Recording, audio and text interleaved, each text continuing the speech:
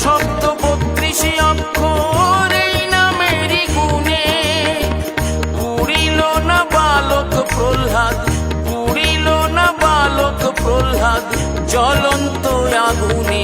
এই নাম কে আনিল রে মধু মাখা হরি নাম। 1632 অক্ষর এই নামেরই গুণে পুরিল না বালক প্রহ্লাদ, পুরিল না বালক প্রহ্লাদ জ্বলন্ত আগুনে। এই নাম কে আনিল রে মধু মাখা হরি নাম।